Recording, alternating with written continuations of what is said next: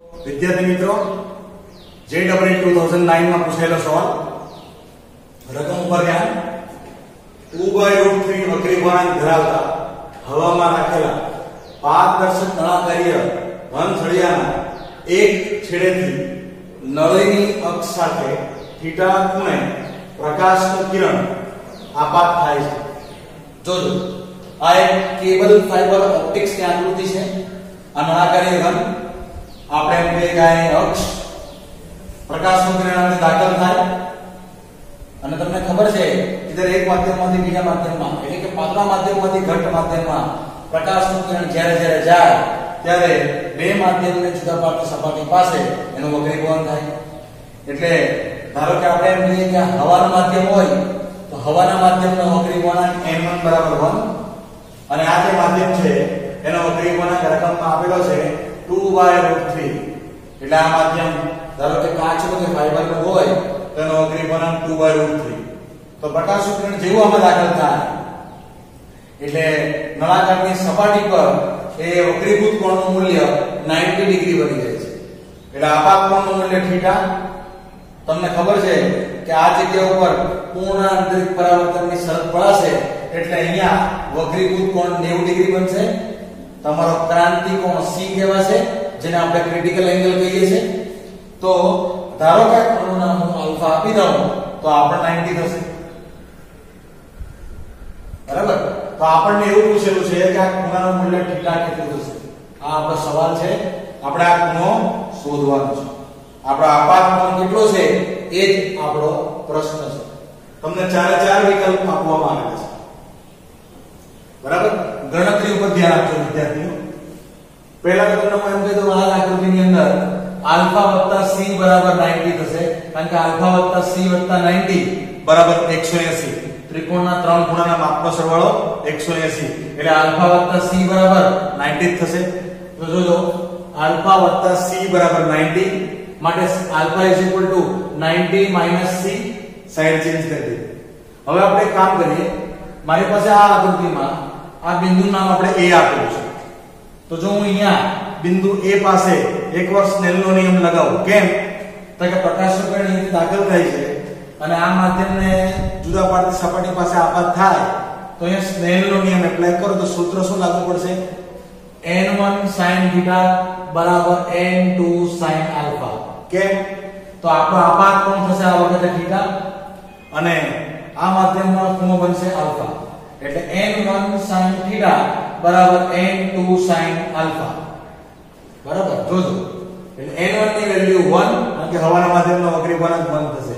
sin θ એમ જ રાખશું, n2 ની કિંમત 2/√3, sin α એમ જ રાખશું તો sin θ = 2/√3 sin 90 - c કારણ કે આલ્ફા = 90 - c છે તો આપણે આ કિંમતને અહીંયા એપ્લાય કરીશું।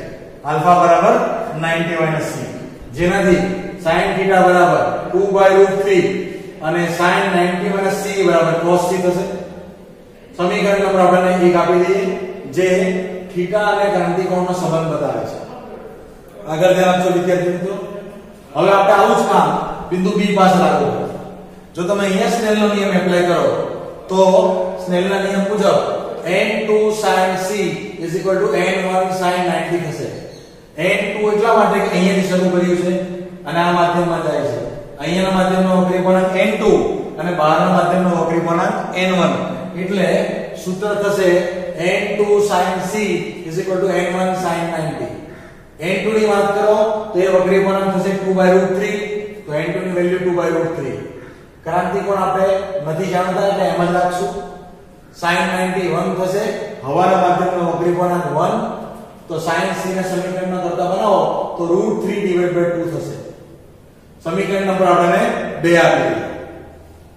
હવે તમે જોજો સમીકરણ નંબર જે 1 છે આપણી પાસે, જો એમાંથી હું cos c ને સમીકરણમાં કરતા બનાવો તો cos c = sin θ / 2√3 થશે। cos c = sin θ / 2√3 જોજો હવે cos c = sin θ / 2√3। હવે તમે જાણો છો કે ત્રિકોણમિતિના નિયમ અનુસાર cos c = √1 - sin2c અને આને આપણે એમ જ રાખીએ, એમાં કોઈ ફેરફાર નથી કરતા, બંને બાજુ વર્ગ કરી દઈએ તો 1 - sin2c = sin2 θ/4 અહીંયા 3 થશે. આ છેદનો છેદ મેં અહીંયા લઈ લીધો છે અને બંને બાજુ વર્ગ કરી દીધો છે વિદ્યાર્થી મિત્રો. બરાબર? તો જો આગળ ધ્યાન આપજો.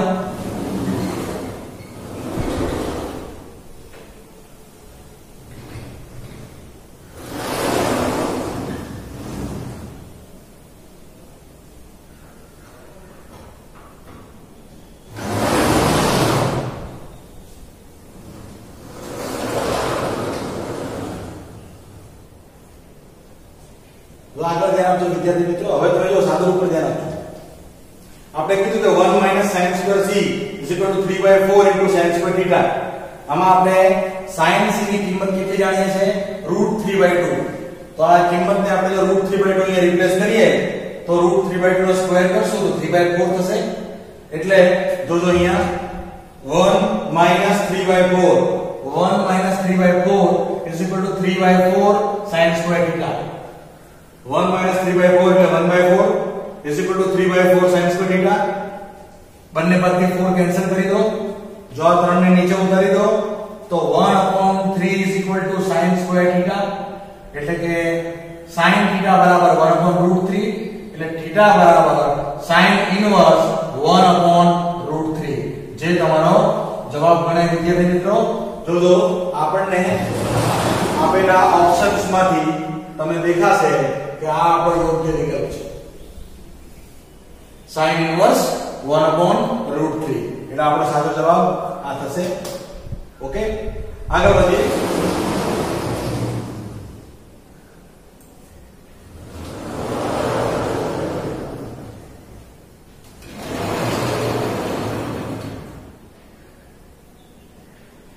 બે 2011 ની સાલમાં પૂછાયેલો સવાલ વિદ્યાર્થી મિત્રો. રકમ ઉપર ધ્યાન આપજો. xy સમતલ પર અને તેની ઉપરના માધ્યમ 1 માટે તો જો હવે આ જે સમતલ છે વિદ્યાર્થી મિત્રો જરા સમજવાની કોશિશ કરજો. આ x અક્ષ બરાબર, ધારો કે આપણે એમ કહીએ કે આ y અક્ષ, તો આ સમતલ થશે xy સમતલ. એનો મતલબ એવો થાય કે x અક્ષ જો આ હોય, y અક્ષ જો આ હોય તો આપણે z અક્ષ આપણે આમ સ્વીકારવી પડે. એટલે જે આકૃતિમાં તમને z અક્ષ પ્લસ z લખેલું દેખાય છે એ તમને રકમની રિક્વાયરમેન્ટ છે. એટલે તમારે એવું સમજવાનું કે કાચનો એક સ્લેબ આ રીતે છે, એની નીચે બીજો એક કાચનો સ્લેબ આ રીતે મૂકેલો છે. એટલે એનો મતલબ એવો થાય કે આ તમે જે જોઈ રહ્યા છો અત્યારે એ કાચનો સ્લેબ ગોઠવેલો છે. બરાબર? એટલે ઉપર નીચે બે ગોઠવેલા સ્લેબ છે, એમાંથી ઉપરનો વક્રી ગુણાંક √2 અને નીચેનો વક્રી ગુણાંક √3 તમને આપવામાં આવેલો છે. હવે રકમ ઉપર ધ્યાન આપજો. xy સમતલ પર અને તેની ઉપરના માધ્યમ 1 માટે z > 0 તથા વક્રી ગુણાંક √2 છે. આ સમતલની નીચેના માધ્યમ 2 માટે z < 0 તથા વક્રી ગુણાંક √3 છે. z > 0 એટલે ઉપર z પોઝિટિવ, z < 0 એટલે નીચે z ની કિંમત નેગેટિવ. તો માધ્યમ 1 માંથી xy સમતલ પર પ્રકાશનું એક કિરણ a વેક્ટર બરાબર 6√3 i કે +8√3 j કે -10√k આવું રકમમાં આપેલું છે.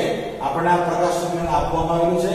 આપાત થતું હોય તો માધ્યમ 2 માં વક્રીભૂત કોણ શોધવાનો છે. માધ્યમ 2 થશે આ, માધ્યમ 1 થશે ઉપરનું, માધ્યમ 2 થશે નીચેનું. અહીંયાથી બે ભાગ પડી દઈએ તો આમ થશે. બરાબર? હવે ધારો કે હવે આપણે તો જાણતા નથી એટલે કામ કરીએ. પહેલા માધ્યમમાંથી પ્રકાશનું કિરણ આપાત થાય તો એની ડાયરેક્શન આમ થશે આપાત કિરણ. એનું નામ આપણે આપી દઈએ PQ. બરાબર? તો જો PQ આપણો આપાત કિરણ હોય, લંબ સાથે બરાબર ખૂણાને θ1 હોય, જો અહીંયાથી એનું કોઈ વક્રીકોણ ન થયું હોય તો એ સીધે સીધું આમાં નીકળી જાય.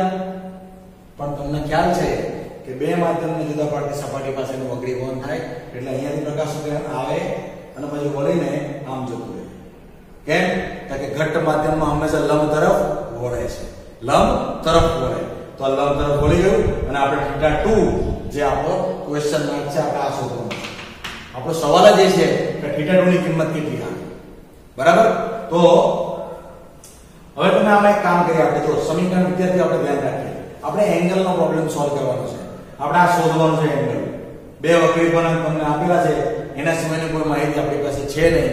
એટલે આપણે એક કામ કરીએ, આ ખૂણાનો ઉપયોગ કરીને 11મા ધોરણનું એક સૂત્ર હતું cos θ સદિશ જેની સાથે ખૂણો બનાવે તે cos θ હોય.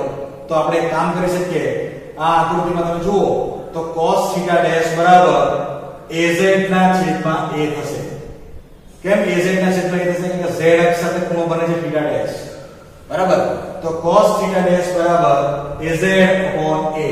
હવે તમને એવું ખ્યાલ છે કે હું જે પ્રકાશના કિરણની વાત કરું છું એ 3 x y અને z, બરાબર, x y અને z સમતલમાં આવેલું હોય તો એનો મતલબ એવો થાય કે વિદ્યાર્થીઓ અહીંયા અંડરરૂટ k નથી, માત્ર k કેપ છે. i cap, j cap, k cap. ધ્યાન રાખજો, આ તમારો x કમ્પોનન્ટ, આ તમારો y કમ્પોનન્ટ અને આ તમારો z કમ્પોનન્ટ, બરાબર. તો તમને એવી ખબર છે કે જો a વિશે લખવું હોય તો આ રીતે લખી શકાય under root of ax² plus ay² plus under root az². જો az ની વાત કરો તો -10 આકૃતિમાં જોજો, અહીંયા બીજો રકમ આ az કહેવાય, અને ax કહેવાય, અને ay કહેવાય, અને આને az કહેવાય. તો az ની કિંમત -10 એટલે મેં અહીંયા az ની કિંમત -10 લીધી છે. ax, ay અને az ની કિંમતો આપણે રિપ્લેસ કરી આમાંથી જોઈને આ છે 6√3 એટલે ax ની કિંમત 6√3 એનો સ્ક્વેર, ay ની કિંમત 8√3 એટલે અહીંયા પણ ay ની કિંમત 8√3 એનો સ્ક્વેર, અને az ની કિંમત તો -10 હતી. આનું સાદુરૂપ આપીએ તો છેદમાં 20 આવશે એટલે -10 ડિવાઇડેડ બાય +20 એટલે -1/2 cos θ ડેશ બરાબર -1/2. તો θ ડેશ ની કિંમત આવશે 120 ડિગ્રી. કેટલી મળે વિદ્યાર્થીઓ? cos 120 હોય તો જ એનો જવાબ -1/2 આવે. એનો મતલબ કે θ ડેશ ની કિંમત 120 ડિગ્રી મળવી જોઈએ, બરાબર વિદ્યાર્થી મિત્રો? જોજો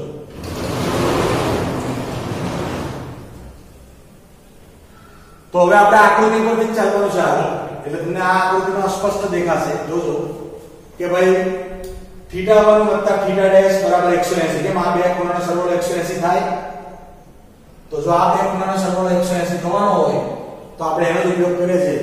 θ1 + θ ડેશ બરાબર 180 ડિગ્રી એટલે θ1 બરાબર 180 ડિગ્રી - θ ડેશ. θ ડેશ ની વાત કરો તો રકમમાં તમને આપેલું છે 120 ડિગ્રી. એટલે જો આ કિંમતને તમે અહીંયા રિપ્લેસ કરો તો 180 - 120 બરાબર 60 ડિગ્રી થશે. તો તમે આ ખૂણો θ1 60 ડિગ્રી મળ્યો છે એમ કહી શકો. પરંતુ આપણે આ નથી શોધવાનું વિદ્યાર્થી મિત્રો, આપણે આ શોધવાનું છે. એટલે હવે આપણી પાસે સિમ્પલ સ્કોપ છે કે તમે જો θ1 જાણી ગયા તો θ2 શોધવામાં કોઈ તકલીફ એટલે ના પડે કે સ્નેલનો નિયમ એમ કહે છે કે n1 sin θ1 બરાબર n2 sin θ2. આ માધ્યમનો વક્રી ગુણાંક n1 બરાબર √2 એટલે n1 ની કિંમત √2. આ ખૂણો તમને આપણે શોધી નાખ્યો આપણે θ1 બરાબર 60, બરાબર. બીજા માધ્યમનો વક્રી ગુણાંક √3 એટલે એની વેલ્યુ તમને આપેલી છે √3 અને આ ખૂણો આપણે શોધવાનો છે. જો sin θ ની વાત કરો તો sin 60 બરાબર √3/2 એટલે જેની કિંમત રિપ્લેસ કરીએ તો √3 જમણી બાજુ એમ જ રાખશું, sin θ2 ને પણ એમ જ રહેવા દઈશું. એટલે બંને માંથી √3 કેન્સલ. √2 અને 2 નું સાદુરૂપ આપવાથી 1/√2 બનશે. sin θ2 એમ જ રહેશે અને sin θ2 ની કિંમત જો 1/√2 તો θ2 બરાબર 45 ડિગ્રી મળશે, બરાબર. એટલે આપણે જો વિકલ્પની વાત કરીએ વિદ્યાર્થી મિત્રો તો તમને આ વિકલ્પ યોગ્ય ગણાશે, બરાબર વિદ્યાર્થી મિત્રો? તો દાખલો થોડો સિમ્પલ જ છે, તમે ખાસ પેટર્ન પર ધ્યાન આપજો.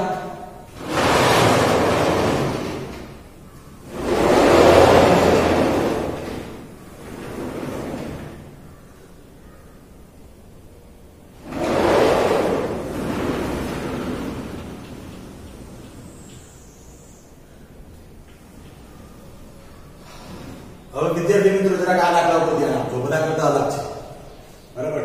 2019 માં પૂછાયો છે, ગયા વર્ષે ઓનલાઈન એક્ઝામમાં ઘણા બધા પ્રશ્નો છે, પણ હવે આપણે આજના લેક્ચરમાં આ એક દાખલો છે જેને કવર કરીએ છીએ. પડદા પર 10 સેન્ટીમીટર અંતરે રહેલા પ્રતિબિંબ પાસે રચાય તે રીતે બહિર્ગોળ લેન્સને પ્રકાશ ઉદ્ગમથી 10 સેન્ટીમીટર દૂર ગોઠવેલું છે. જોજો, ધારો કે તમારો બહિર્ગોળ લેન્સથી આપણે વસ્તુને અહીંયા ગોઠવવાની, બરાબર, જે 10 સેન્ટીમીટર હોવી જોઈએ. આપાત કિરણ આમ હોય તો એની વિરુદ્ધ દિશાના બધા અંતર માઈનસમાં આવે, એટલે આપણે યુને કેવો લેવો પડે? માઈનસ. એ પણ કીધું છે કે આપણે 10 સેન્ટીમીટર દૂર ગોઠવવાનું, એટલે આપણું વસ્તુ અંતર થશે u બરાબર -10 સેન્ટીમીટર. પછી રકમમાં એવું કીધું છે કે 10 સેન્ટીમીટર અંદર પ્રતિબિંબ રચાય છે.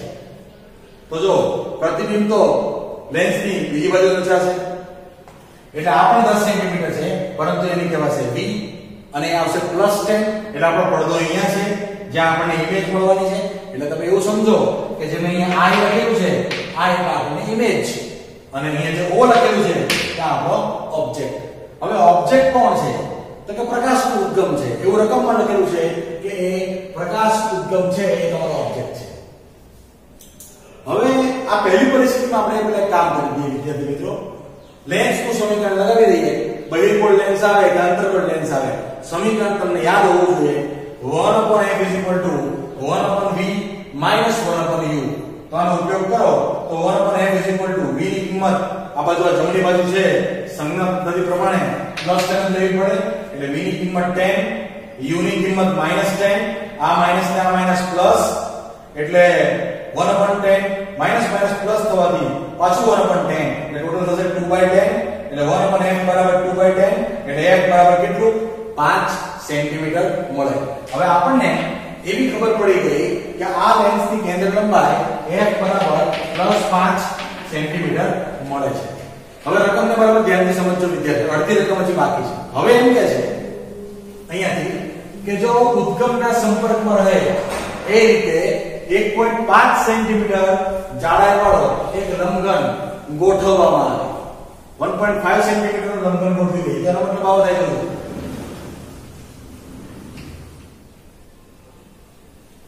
જોજો વિદ્યાર્થી મિત્રો, હવે આ જે લેન્સ હતો અને આપણી પાસે જે ઉદ્ગમ સ્થાન હતું, એ ઉદ્ગમ સ્થાનની બાજુમાં એક જાડો લંબઘન ગોઠવી દીધો. લંબઘનની થિકનેસ તમને આપી છે, થિકનેસ = 1.5 સેન્ટીમીટર, બરાબર. જેના કારણે લેન્સની જમણી બાજુ આ જે પડદો છે એને કેટલો શિફ્ટ કરવો પડે તે આપણે શોધવાનું છે, બરાબર.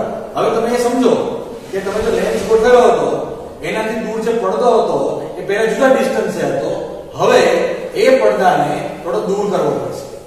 તો એનો અર્થ એવો થશે કે જો પ્રકાશ ઉદ્ગમ સાથે t જાડાઈનો એક સ્લેબ ગોઠવી દેવામાં આવે, લંબઘન ગોઠવી દેવામાં આવે, તો તમને ખબર છે લેટરલ શિફ્ટ નું સમીકરણ લાગુ પડે. લેટરલ શિફ્ટ નું સૂત્ર તમને યાદ કરી દો વિદ્યાર્થી મિત્રો.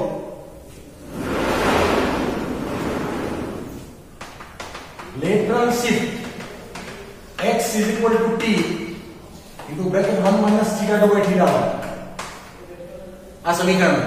પરંતુ તમને યાદ હોય તો n1 sin θ1 બરાબર n2 sin θ2.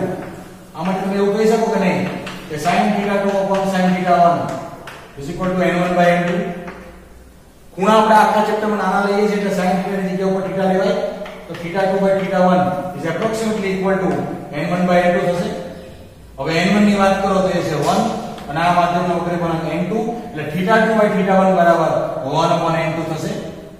તો એનો મતલબ એવો થાય કે આપણે θ2/θ1 ની જગ્યાએ 1/n2 મૂકી શકીએ એમ છે. તો અહીંયા એટલે જ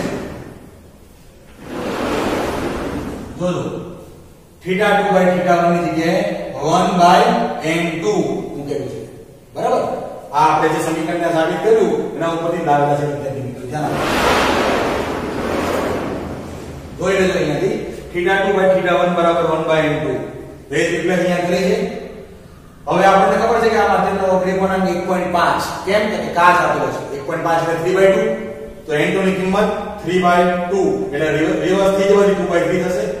થિકનેસ ની વાત કરો તો 1.5 સેન્ટીમીટર તમને આપી છે, એટલે થિકનેસ ની કિંમત 1.5, 1 - 2/3 સાદું પપ્પાથી આ 1/3, એટલે તમારો જવાબ x બરાબર 0.5 સેન્ટીમીટર મળશે.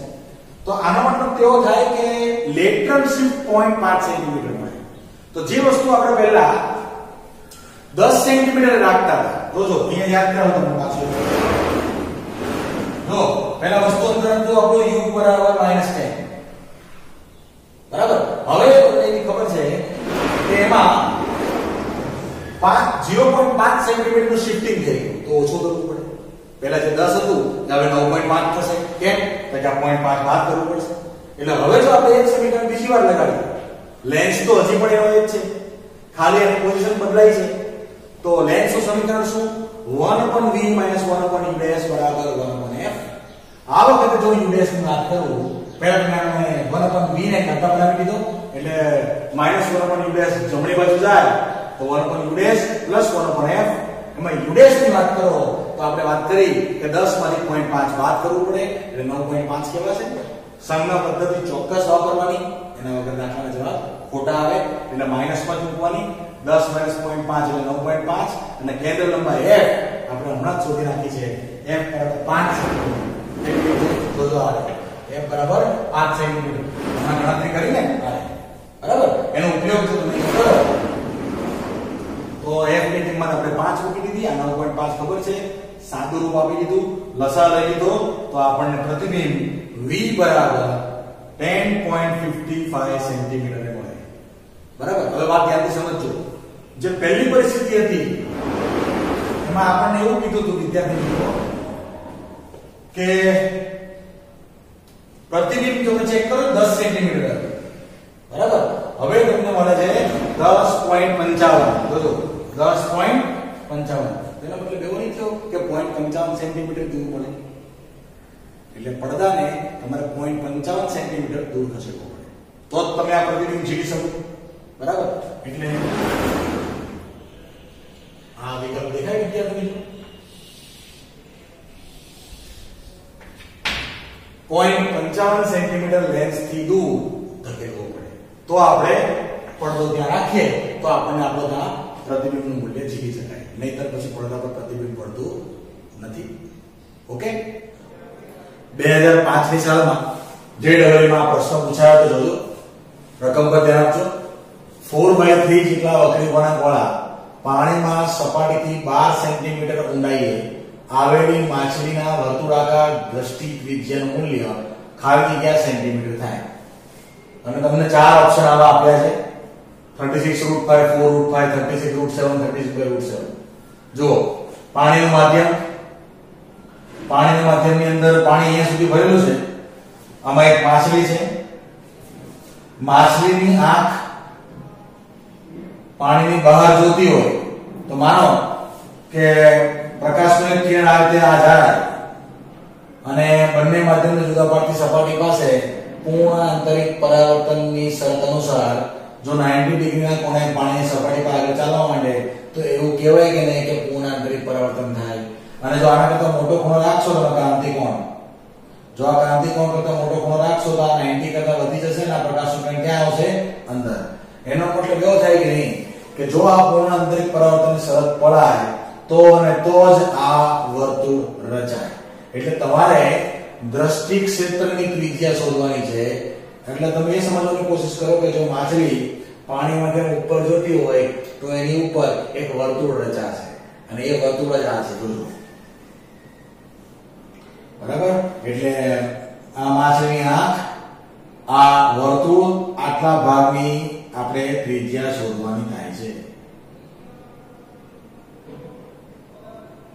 હવે આપણે જો આ ત્રિજ્યા શોધવામાં ઇન્ટરેસ્ટેડ હોઈએ તો સૌથી પહેલા મેં તમને કીધું કે બંને બાજુ પૂર્ણ આંતરિક પરાવર્તનની શરત લાગુ પડશે. એટલે માછલીની આંખમાંથી બે પ્રકાશના કિરણો આમ જતા હોય, બરાબર, બીજા બે આમ જતા હોય, બીજા બે આમ જતા હોય તો એવું કહેવાય કે નહીં કે ઉપર એક વર્તુળ બને.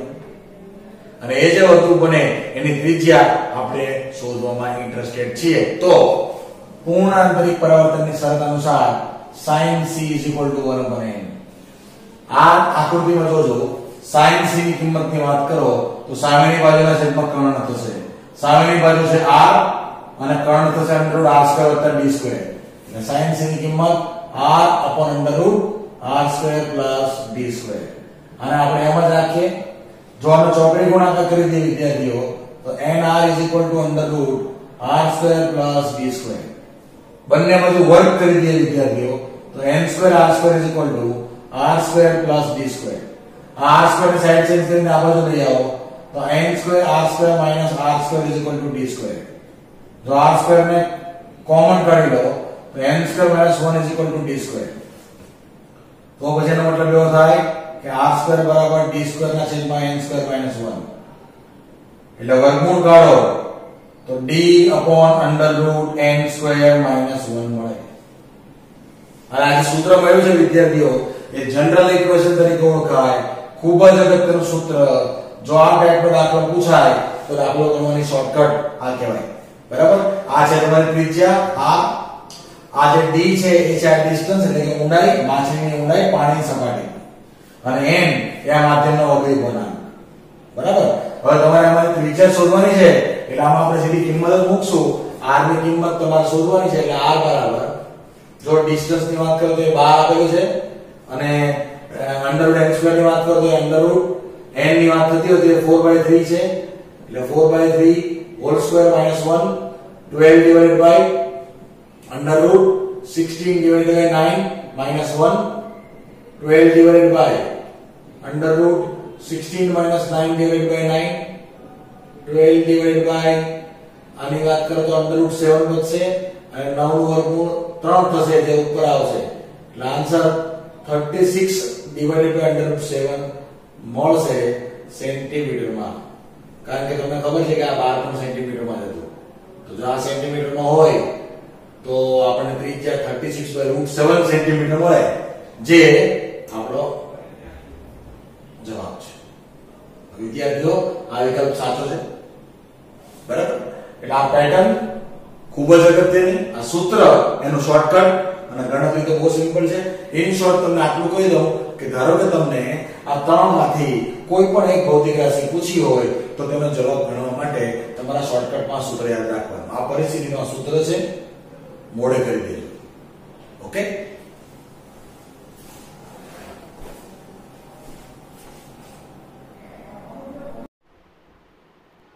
હેલો સ્ટુડન્ટ્સ, આજે આપણે વધારાના જે દાખલાઓ બાકી રહ્યા છે, જે ટોપિક પર આપણે રેગ્યુલર સેશનમાં ચર્ચા ન કરી શક્યા હોય ટોપિક પ્રમાણે, એ દાખલાઓ પહેલાં પૂરા કરીશું એનસીઈઆરટીના। બરાબર? 11મો દાખલો છે, જોજો। 2 સેન્ટીમીટર કેન્દ્ર લંબાઈનો ઓબ્જેક્ટિવ અને 6.25 સેન્ટીમીટર કેન્દ્ર લંબાઈના આઈપીસ ધરાવતા સંયુક્ત માઇક્રોસ્કોપમાં તે બે લેન્સ વચ્ચેનું અંતર 15 સેન્ટીમીટર છે। તો વિદ્યાર્થીઓ, ઓબ્જેક્ટિવ લેન્સ અને આઈપીસ વચ્ચેનું અંતર તમને આપેલું છે 15 સેન્ટીમીટર, અને બંનેની તમને કેન્દ્ર લંબાઈ આપી દેવામાં આવી છે। વસ્તુને ઓબ્જેક્ટિવથી કેટલા અંતરે રાખવી જોઈએ કે જેથી તેનું અંતિમ પ્રતિબિંબ સૌથી પ્રથમ નજીક અંતરે એટલે કે 25 સેન્ટીમીટરે અને બીજું અનંત અંતરે મળે। બંને કિસ્સામાં માઇક્રોસ્કોપની મોટવણી શક્તિ શોધવાની છે। પહેલો જે પ્રશ્ન છે એમાં આપણે વસ્તુ કેન્દ્ર લંબાઈ વસ્તુ લેન્સ માટે આપી છે 20 સેન્ટીમીટર, એટલે એને F1 કીધું। આઈપીસની કેન્દ્ર લંબાઈની વાત કરો તો એ તમને આપવામાં આવી છે 6.25 સેન્ટીમીટર, અને આપણે જે પહેલી વખતે અંતિમ પ્રતિબિંબ લાવવાનું છે એ નજીક બિંદુ એટલે કે 25 સેન્ટીમીટર લાવવાનું છે વિદ્યાર્થીઓ। તો આપણે એક કામ કરવું પડશે હવે આમાં। જો પહેલાં તો તમને હું એ કહી દઉં કે આપણે જો નજીક બિંદુએ આપણે પ્રતિબિંબ મેળવવું હોય અને જો બંને લેન્સ પોતાના કામ કરતા હોય તો માઇક્રોસ્કોપની મોટવણી શક્તિ કંઈ એકથી નથી મળતી, બંનેથી મળશે। એટલે પહેલાં આપણે કામ કરશું, આઈપીસની મદદથી મળતા પ્રતિબિંબ માટે મોટવણી શોધશું। તો આઈપીસ માટે પ્રતિબિંબ અંતરનું મૂલ્ય V2 બરાબર -25 સેન્ટીમીટર, આઈપીસ માટે વસ્તુ અંતર U2, લેન્સનું સમીકરણ 1/F2 = 1/V2 - 1/U2। તો જો આમાંથી આપણે V2 ને સાઈડ ચેન્જ કરીને લેફ્ટ સાઈડ પર લઈ આવીએ તો જોજો 1/F2 - 1/F2 -1/V2 = -1/U2 થશે, જેથી 1/U2 = 1/V2 - 1/F2 થશે। V2 ની કિંમત આપણને 25 સેન્ટીમીટર, કારણ કે નજીક બિંદુએ મેળવવાનું છે એટલે। F2 ની કિંમત આપણને આઈપીસ માટે આપવામાં આવી છે 6.25। જો બેનો ઉપયોગ કરીએ અને સાદુરૂપ આપીએ તો એનો જવાબ આપણને -5 સેન્ટીમીટર મળે। બરાબર? હવે વિદ્યાર્થીઓ જરા સમજવા જેવું છે, આપણને જે U2 અત્યારે મળી ગયો છે એ 5 સેન્ટીમીટર મળે છે, હવે ઓબ્જેક્ટિવ લેન્સ માટે પ્રતિબિંબ અંતરનું મૂલ્ય 15 - 5 બરાબર 10 સેન્ટીમીટર થશે. કેમ? તો કે તમને રકમમાં એવું આપેલું હતું, જરા જોજો કે રકમના બીજા વાક્યમાં એવું લખેલું છે કે બે લેન્સ વચ્ચેનું અંતર 15 સેન્ટીમીટર છે. એટલે એનો મતલબ એવો થાય કે નહીં કે તમને જે આ -5 સેન્ટીમીટર મળ્યું છે એ તમારે એ 15માંથી બાદ કરવું પડે. એટલે જોજો. એટલે હવે આપણે 10 સેન્ટીમીટર તમારું વસ્તુ અંતર ગણાય. હવે એ જ સમીકરણ સેમ ટુ સેમ બીજી વાર, પણ આ વખતે ઓબ્જેક્ટિવ લેન્સ માટે સમીકરણ ફરીથી પાછું એ જ 1/v1 - 1/u1 = 1/f1. જો 1/u1ના સમીકરણનો કરતા બનાવીએ તો 1/u1 = 1/v1 - 1/f1. v1ની કિંમત તમને 10 આપવામાં આવી છે. કેમ? આપણે હમણાં શોધી નાખી તે, જરા જોજો, અહીંયા યાદ કરાવો તમને. આ રે આપણે જે 5 હતું, આ -5 એ બાદ કર્યું છે 15માંથી. એટલે આપણે v1ની કિંમત 10, f1ની કિંમત 2, કારણ કે ઓબ્જેક્ટિવની કેન્દ્ર લંબાઈ તમને 2 સેન્ટીમીટર આપી હતી. એટલે જો સાદું રૂપ આપી દઈએ તો 2 - 10 / 20 = -4 / 10 થશે. એટલે u2 = -2.5 સેન્ટીમીટર મળશે. બરાબર. હવે જુઓ, આપણે જાણીએ છીએ કે સંયુક્ત સૂક્ષ્મદર્શક યંત્રની મોટવણીનું સમીકરણ આપણે આ વાપરવું પડે. m = v1/u1 × 1 + d'/f2. સિમ્બોલિકલી તમે વિદ્યાર્થીઓ ધ્યાન રાખજો, f2 જે સિમ્બોલ છે એ આ એપીસ માટે છે અને v1u1 જે છે એ ઓબ્જેક્ટિવ લેન્સ માટે છે. તો v1ની વાત કરો તો એ છે 10, u1ની વાત કરો તો એ છે 2.5, d'-ની વાત કરો તો એ છે 25, f2ની વાત કરો તો એ છે 6.25. જો સાદું રૂપ આપીએ તો કાઉન્સની અંદર જે વેલ્યુ છે એનું મૂલ્ય 5 આવશે અને 5 ચોક 20 થવાથી આપણને મોટવણી 20 મળશે. આ મોટવણી જ્યારે આપણને પ્રતિબિંબ 25 સેન્ટીમીટર અંતરે એટલે કે નજીક બિંદુએ મળતું હોય ત્યારની છે. બરાબર. પણ જો તમને હવે બીજા પ્રશ્ન પર લઈ જાઉં, જોજો રકમમાં ધ્યાન આપજો વિદ્યાર્થીઓ. રકમમાં તમને બીજો જે પ્રશ્ન છે બી, એમાં આપણે અનંત અંતરે જવાબ લાવવાનો છે. બરાબર. તો જો અનંત અંતરે પ્રતિબિંબ મળતું હોય તે કિસ્સામાં હવે આપણે ગણતરી કરવી હોય તો જો એની ગણતરી પર ધ્યાન આપજો. હવે આ બીજા કેસની ગણતરી છે. જોજો, હવે અંતિમ પ્રતિબિંબ અનંત અંતરે મળતું હોય તો સ્વાભાવિક વાત છે કે v2 = ∞ થશે અને આઈપીસનું વસ્તુ અંતર u2 થશે. એટલે લેન્સ માટે સૂત્ર આવશે 1/v2 - 1/u2 = 1/f2. v2ની વાત કરો તો એ થશે ઇન્ફાઇનાઇટ અને u2ને સાઈડ ચેન્જ કરવાની કોઈ જરૂર નથી. f2ની કિંમત તમને આપવામાં આવી છે 6.25. u2ની કિંમત શોધવાની હોવાથી એને સમીકરણનો કરતા બનાવી દઈએ તો સાઈડ ચેન્જ કરી દઈએ તો 1/∞ - 1/6.25 = 1/u2 થશે અને આ વેલ્યુ u2ની કિંમત -6.25 સેન્ટીમીટર મળશે. હવે જુઓ, વસ્તુ લેન્સ માટે પ્રતિબિંબ અંતરનું મૂલ્ય v1 = 8.75. હવે એની માટે આપણે વસ્તુ અંતર શોધી નાખીએ. તો જે ગણતરી આપણે સેમ ટુ સેમ નજીક બિંદુ માટે મોટવણી શોધવા માટે કરી હતી એવી જ ગણતરી અનંત અંતરે પ્રતિબિંબ મેળવવા માટે કરવી પડે. એટલે એ જ સમીકરણ આ વખતે ઓબ્જેક્ટિવ લેન્સ માટે 1/v1 - 1/u1 = 1/f1. એટલે કે 1/u1 = 1/v1 - 1/f1. v1ની કિંમત તમને અહીંયા આપણે વાત કરી 8.75 આ રહી અને f1ની વાત કરો તો એ તમને 2 આપેલું જ છે. સાદું રૂપ આપો તો -17.5 / 6.75 એટલે -2.59 સેન્ટીમીટર મળે. માઇક્રોસ્કોપની મોટવણીની વાત હવે કરીએ. જો વિદ્યાર્થી આ વખતે આપણે પ્રતિબિંબ અનંત અંતરે મળવાનું છે એટલે મોટવણીનું સૂત્ર જુદું છે. જો પહેલાં આપણે મોટવણીનું સૂત્ર આ વાપરતા હતા તો આ બંને સમીકરણમાં ડિફરન્સ જોઈ લેજો. આમાં હતું v1/u1 × 1 + d'/f2. હવે એવું નહીં આવશે. હવે 1 + d'/f2 નહીં આવશે. આ વખતે v1/u1 × d'/ડાયરેક્ટ u2 આવશે. બરાબર. એટલે v1ની કિંમત 8.75 આપણે જાણીએ છીએ આ રહી. પછી u1ની કિંમત હમણાં જ આપણે શોધી નાખી -2.59, પણ હવે આપણે મેગ્નિટ્યુડનું કામ છે એટલે 2.59 મૂકી દીધું. d'ની વાત કરો તો એ તો 25 જ છે અને u2ની વાત કરો તો એ 6.25 આપ્યું છે. તો મોટવણીનું મૂલ્ય 13.51 મળશે. તો વિદ્યાર્થીઓ, જ્યારે આપણને પ્રતિબિંબ નજીક મળતું હતું ત્યારે આપણને પ્રતિબિંબમાં મોટવણીનું મૂલ્ય 20 ગણું મળતું હતું. એટલે મેગ્નિફિકેશન 20 હતું અને જ્યારે હવે આપણને પ્રતિબિંબ અનંત અંતરે મળે છે તો એ મોટવણીનું મૂલ્ય 13.51 મળે છે, જે સ્પષ્ટ જોઈ શકાય છે કે અલગ અલગ સાઇઝનું મળે છે. જુઓ વિદ્યાર્થીઓ, 26મો દાખલો છે. શું પ્રશ્ન છે? નીચેના પ્રશ્નનો ઉત્તર આપો. હવે આ સામાન્ય VSQમાં પૂછાય તેવા સવાલ કહેવાય. વસ્તુએ આંખ સાથે બનાવેલો ખૂણો અને વિવર્તક લેન્સથી રચાયેલા તેના આભાસી પ્રતિબિંબે આંખ સાથે બનાવેલો ખૂણો સમાન છે. તો પછી વિવર્તક કાચ કયા અર્થમાં કોણીય મોટવણી આપે છે તે કહેવાનું છે. જો વસ્તુએ આંખ સાથે બનાવેલો ખૂણો અને વિવર્તક લેન્સથી રચાયેલા તેના આભાસી પ્રતિબિંબે આંખ સાથે બનાવેલો ખૂણો સમાન હોય તો પછી વિવર્તક કાચનો મતલબ એવો મેગ્નિફિકેશન ગ્લાસ કયા અર્થમાં કોણીય મોટવણી આપે તે સમજાવવું હોય તો જોજો. પહેલાં તો તમે એનો જવાબ પર બરાબર ધ્યાન આપજો વિદ્યાર્થીઓ.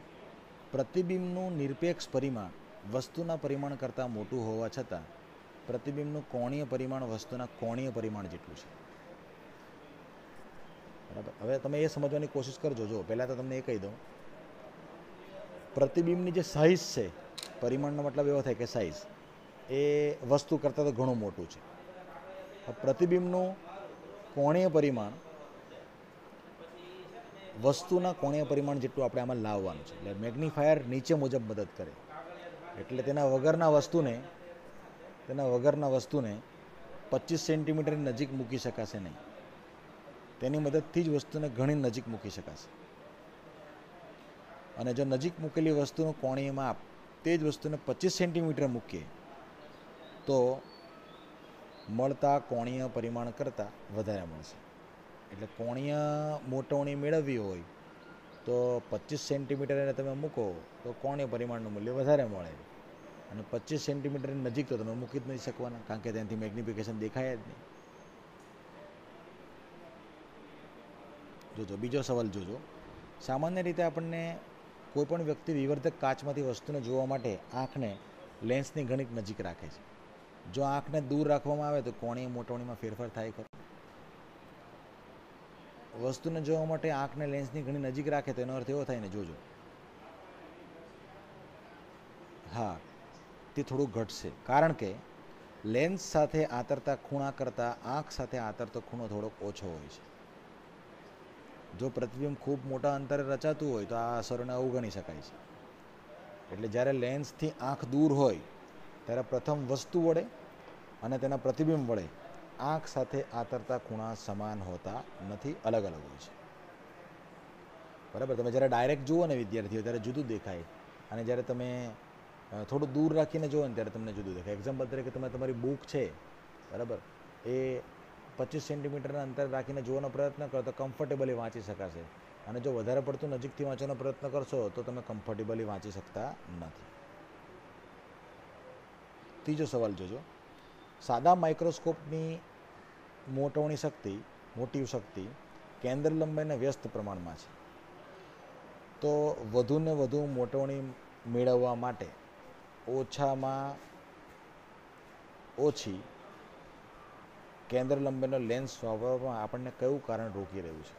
ઓકે, ઓછામાં ઓછી કેન્દ્ર લંબાઈ, જો તમે સૂત્ર યાદ કરો, M=FO/FE સૂત્ર છે. બરાબર વિદ્યાર્થીઓ, M=FO/FE. એનો મતલબ એવો થાય ને કે જો નાની કેન્દ્ર લંબાઈવાળા લેન્સનું સંયોજન બનાવો તો એનાથી પ્રોબ્લેમ એ ક્રિએટ થાય કે તમે સરખું કોમ્બિનેશન બનાવી શકતા નથી. એટલે તમે જે પ્રતિબિંબ મેળવો ને તેનું મેગ્નિફિકેશન સરખું ન મળે.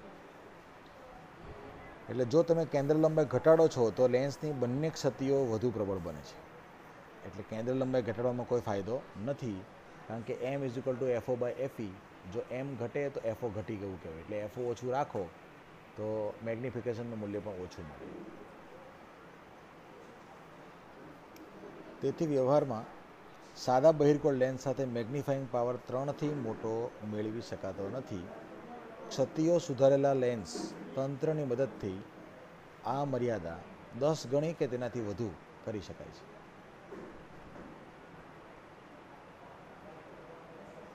ચોથો સવાલ જોજો વિદ્યાર્થીઓ. આ બધા સામાન્ય સવાલ છે. સંયુક્ત માઇક્રોસ્કોપના ઓબ્જેક્ટિવ અને આઈપીસ બંનેની કેન્દ્ર લંબાઈ નાની શા માટે રાખવામાં આવે છે? સંયુક્ત માઇક્રોસ્કોપના મેગ્નિફિકેશનનું સૂત્ર છે M=FO/FE. તો જો FO ઓછું રાખો તો ઓબ્વિયસ વાત છે કે M ઓછો મળે. એટલે જવાબ ઉપર ધ્યાન આપજો, જોજો સૂત્ર.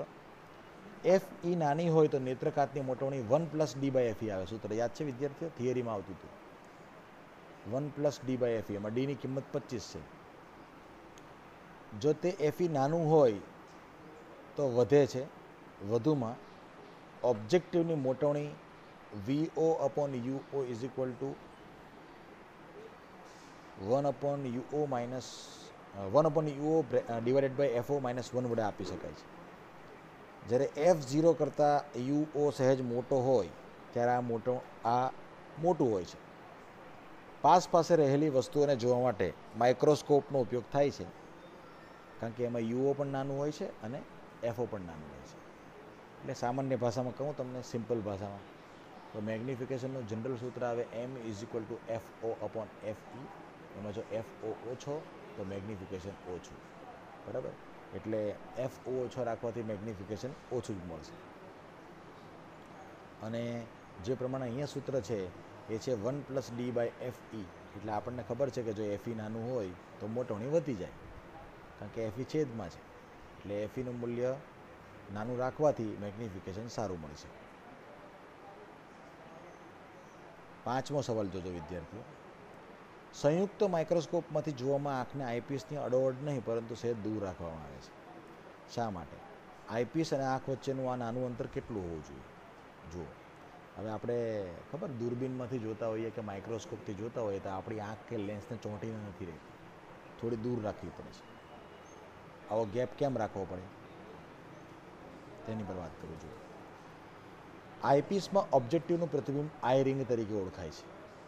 વસ્તુમાંથી આવતા તમામ કિરણો ઓબ્જેક્ટિવમાંથી વક્રીભવન પામીને આઈ રિંગમાંથી પસાર થાય. આથી આંખ દ્વારા નિહાળવાનું આ એક આદર્શ સ્થાન છે. જો આપણે આપણી આંખો આઈપીસની ખૂબ જ નજીક રાખીએ તો વધુ પ્રકાશ મળે નહીં અને એનું ક્ષેત્ર પણ જોવાનું ઘટી જાય, એટલે આપણને વસ્તુ ચોખ્ખી ન દેખાય. જો આપણે આપણી આંખ આઈ રિંગ અને આપણી આંખની કીકીનું ક્ષેત્રફળ આઈ રિંગ જેટલું કે તેનાથી મોટું રહે તેમ ગોઠવી દઈએ તો ઓબ્જેક્ટિવ પરથી વક્રીભવન પામતા તમામ કિરણો આપણી આંખ પાસે મળે છે. અને ઓબ્જેક્ટિવ અને આઈપીસ વચ્ચેનું અંતર આઈ રિંગના સચોટ સ્થાનનો આધાર છે. જ્યારે માઇક્રોસ્કોપના એક છેડે તમે તમારી આંખને મૂકીને જુઓ છો ત્યારે આંખ અને આઈપીસ વચ્ચેનું આદર્શ અંતર સામાન્ય રીતે માઇક્રોસ્કોપની ડિઝાઇનમાં તૈયાર કરેલું હોય છે. માઇક્રોસ્કોપ બનાવવામાં જ એવી રીતે આવે કે તમે એને અમુક અંતરેથી જોઈ શકો. એટલે મેં જે પેલા બે લેન્સ વાપરેલા હોય ને, ઓબ્જેક્ટિવ લેન્સ અને આઈપીસ, એ બે લેન્સનું કોમ્બિનેશન એવી રીતે વર્તે કે જેથી કરીને તમે એને પ્રતિબિંબને વધુ સ્પષ્ટ અને ચોખ્ખું જોઈ શકો. બરાબર વિદ્યાર્થી મિત્રો? એટલે આ બધા સામાન્ય VSQ હતા, પૂછાવાની શક્યતા ઓછી છે. પરંતુ આ જે દાખલો છે એ અલગ હતો અને બાકી રાખેલો હતો. એની પાછળનું કારણ એવું છે કે આ વખતે જે મોટવણી છે ને તેમાં કંઈક ફેરફાર છે. જોજો, 25મો દાખલો છે સ્વાધ્યાયનો. રકમ આવી છે સ્વાધ્યાયના 24મા દાખલામાં જો દરેક ચોરસના આભાસી પ્રતિબિંબનું ક્ષેત્રફળ 6.25 mm² મેળવવું હોય તો વસ્તુ અને વિવર્તિત કાચ વચ્ચેનું અંતર કેટલું રાખવું જોઈએ? જો આંખને આ વિવર્તિત કાચની ખૂબ જ નજીક રાખવામાં આવે તો તમે ચોરસને સ્પષ્ટ જોઈ શકશો. પહેલી વાત તો તમે એ સમજો વિદ્યાર્થીઓ કે ક્ષેત્રફળની જે મોટવણી આવે ને તમે જો ને તેમાં મિલીમીટર² લખેલી છે. એટલે સૌથી પહેલી વાત તો જો ક્ષેત્રફળની મોટવણી છે ને એ 6.25 mm² છે. જો તમે એનું સ્ક્વેર રૂટ કાઢી નાખો ને તો એનું વર્ગમૂળ કાઢવાથી આપણને મોટવણીનું મૂલ્ય રેખીય મળશે. એટલે 6.25નું સ્ક્વેર રૂટ કાઢવાથી આપણને આન્સર 2.5 મળશે. એટલે આપણી ક્ષેત્રીય મોટવણી 6.25 તો રેખીય મોટવણી 2.5. હવે મેગ્નિફિકેશનનું સામાન્ય સૂત્ર શું છે? M=V/U. આ સમીકરણમાંથી જો આપણે વીને કરતાં બનાવીએ તો M×U થશે. તો એમની કિંમત આપણને 2.5 મળી ગઈ છે. યુ આપણે એમ જ રાખીએ. પછી ગાઉસનું સમીકરણ વાપરીએ લેન્સ માટે 1/V - 1/U = 1/f. વીની કિંમત 2.5U, યુ એમ જ રાખીએ 1/10. તો સાદુરૂપ આપવાથી આપણને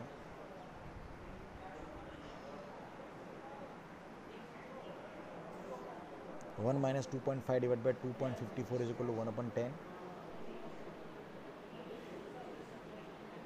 વિદ્યાર્થીઓ અહીંયા જે 2.54 છે ને એ 54 નથી 2.5 યુ છે, યાદ રાખજો બરાબર. આમાં પ્રિન્ટિંગ મિસ્ટેક છે, યુ છે યુ.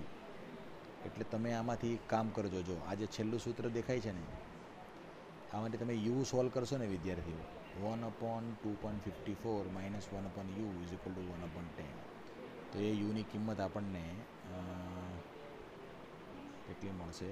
-6 સેન્ટીમીટર મળશે. હવે આપણે આગળ તો કન્ડિશન લઈ આવ્યા કે v is equal two 2.5u આયરું, v is equal two 2.5u. તો જો એમાં કિંમત મૂકી દઉં 2.5 ઇન્ટુ યુ, યુની કિંમત છે -6, 25/150 એટલે -15 સેન્ટીમીટર મળે. હવે મેગ્નિટ્યુડની વાત કરતા હોય તો એનું મૂલ્ય માત્ર 15 થશે. એટલે આ જે પ્રતિબિંબ છે ને તે નજીક બિંદુ કરતાં પણ ઓછું છે. એટલે તમે જો તમારો જવાબ 15 સેન્ટીમીટર આવે છે અને નજીક બિંદુનું અંતર કેટલું આવે? 25 સેન્ટીમીટર. એટલે તમે સીધી વાત કહું તો આ પ્રતિબિંબને સ્પષ્ટ જોઈ શકતા નથી. આ પ્રતિબિંબ તમે જોઈ શકતા નથી. કેમ? તો કે અંતર એપ્રોપ્રિએટ નથી એટલા માટે. બરાબર વિદ્યાર્થી મિત્રો? તો આ સહિત તમારી ટેક્સ્ટબુકના NCERTના દરેક ન્યુમેરિકલ્સ અહીંયા પૂર્ણ થાય છે. કોઈને કોઈ પણ પ્રકારની મુશ્કેલી હોય, આ વધારાના જેટલા બાકી રહી ગયા હતા એ દાખલાઓ આપણે આજે પૂરા કરી દીધા. તો કોઈને કંઈ પણ પ્રોબ્લેમ હોય કોઈ ન્યુમેરિકલમાં તો મને વોટ્સએપ પર લખીને મોકલજે, તો હું એનું સોલ્યુશન લાવી આપીશ. ઓકે.